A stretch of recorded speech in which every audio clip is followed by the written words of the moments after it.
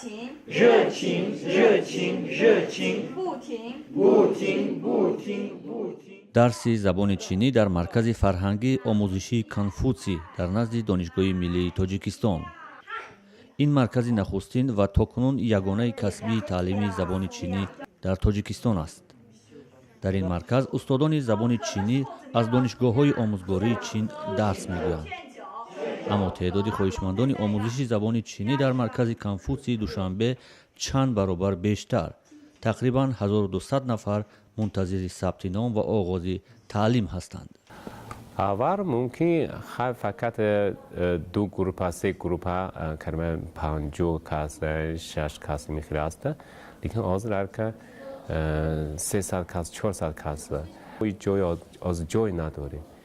ҷой надори и маълум кам ва ё ҳама дар ҷои мо регистрация карде нигоҳ кардесте. мегӯян кай мо группа номе кушугуша ва ё ҳама мебиё мехонем. چند مدت شد که شما زبان چینی می‌آموزید؟ 我已经学习汉语1年7个月。مدت خواندن من 1 سال و 7 ماه باشد زبان خطایی. با کدام خاطر شما چینی می‌آموزید زبان چینی؟ 我们都想去中国学习在那里，知道他们的文化，以后工作翻译。البته ما می‌خواهیم با خطایی تاریخ آنها را دونیم، کلتور یعنی فرهنگ آنها را اسود کنیم و در آینده می‌خواهیم برای پیشرفت کار خود همین زبان را اسود کنیم، کار خود را پیش بریم. аммо модари Ашуралӣ Фотима Қосимова сокини ноҳияи Рудакӣ мегӯяд, танҳо ба хотири дар оянда муҳоҷири меҳнатӣ нашудани фарзандаш ба ӯ омӯхтани забони чиниро тавсия додааст. به آن خاطری که در همین تاجیکستان ما چقدر بسیار خطایی ها کار کرد سادیان، زواد و فابریکه ها کشاده کرد سادیان، انا یگان کارخانه خطایی تاجیکی که در همینجا فعالیت میکنند میخوان که در همین وطن خودمان کار کند، به مثال مهاجرت مهنتی به روسیه نرود. به همین خاطر انا با پسرم مصلحت کردیم، گفتم اگر که خواهی که در همین وطن خودمان کار کنی، من امسال مهانه پرتفته نروی، به همین زبان خطایی خواندن قبول میکنی. و بچه‌م راضی شد. донишҷӯёни маркази фарҳангии омӯзишии Конфутсий дар Душанбе дар тӯли 1-1.5 сол бо забони чинӣ суҳбат карданро балад мешаванд, ҳарчанд дар омӯхтани хати чинӣ мушкилӣ мекашанд. چند مدت شد که شما زبان چینی می‌آموزید؟ وداگه یگیم بان شویشی خانیو من قریب که 1 سال زیاد خطایی می‌آموزم، زبان خطایی رو می‌آموزم. با کدام خاطر زبان چینی می‌آموزید؟ این وی ودا سوان نگه چوجونگو شویشی جاینم.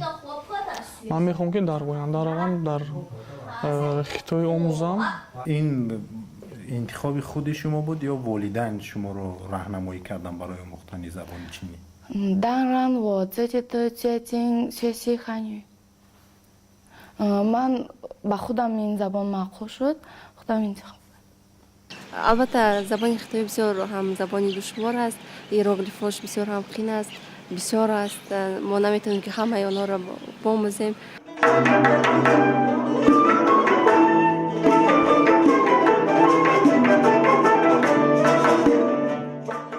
афзоиши таваҷҷӯҳ ба омӯзиши забони чинӣ дар Тоҷикистон аз 5 соли қабл ба дунболи тасвиби созишномаи таъсиси маркази Конфутсий дар чаҳорчӯби созмони ҳамкориҳои Шонгҳой шурӯъ шуд.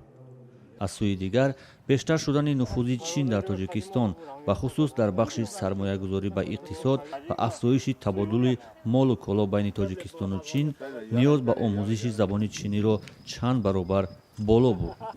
بسیاری از مثلا شهروندان جمهوری تاجیکستان احساس میکنند که چین یک کشوری است که رشد بسیار خوب اقتصادی دارد و مثلا روز به روز نفوذ و آبروی این کشور نه تنها در منطقه بلکه در جهان زیاد شده ایستاده است و یکی از گویم کشوری است که امروز در جهان در مسئله داشتن ذخیره های اسعاری و طلایی در جهان جای یکم میگیرد. آینده را مثلا به چین امروز تصور کردن خیلی مشکل است. برای همین بسیاری از شهروندان کوشش میکنند که زبان این کشور را آموزند وقتی که سازشنامه دو جانبه بین چین و تاجیکستان به امضا رسید در مسئله مثلا تبادل دانشجویان در بین دو کشور، در این سازشنامه همگی تبادل یعنی فقط سالانه 15 نفر را در نظر داشت.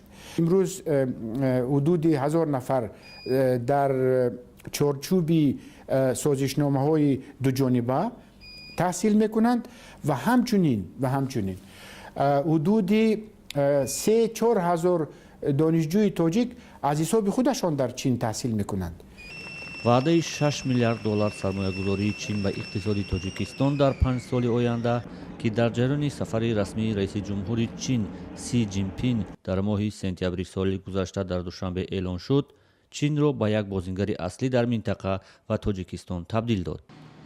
این سرمایه چین بنیاد چندین کارخانه‌های بزرگ تولیداتی و ایجاد هزارها جای کاری نو را در تاجیکستان زیر نظر دارد.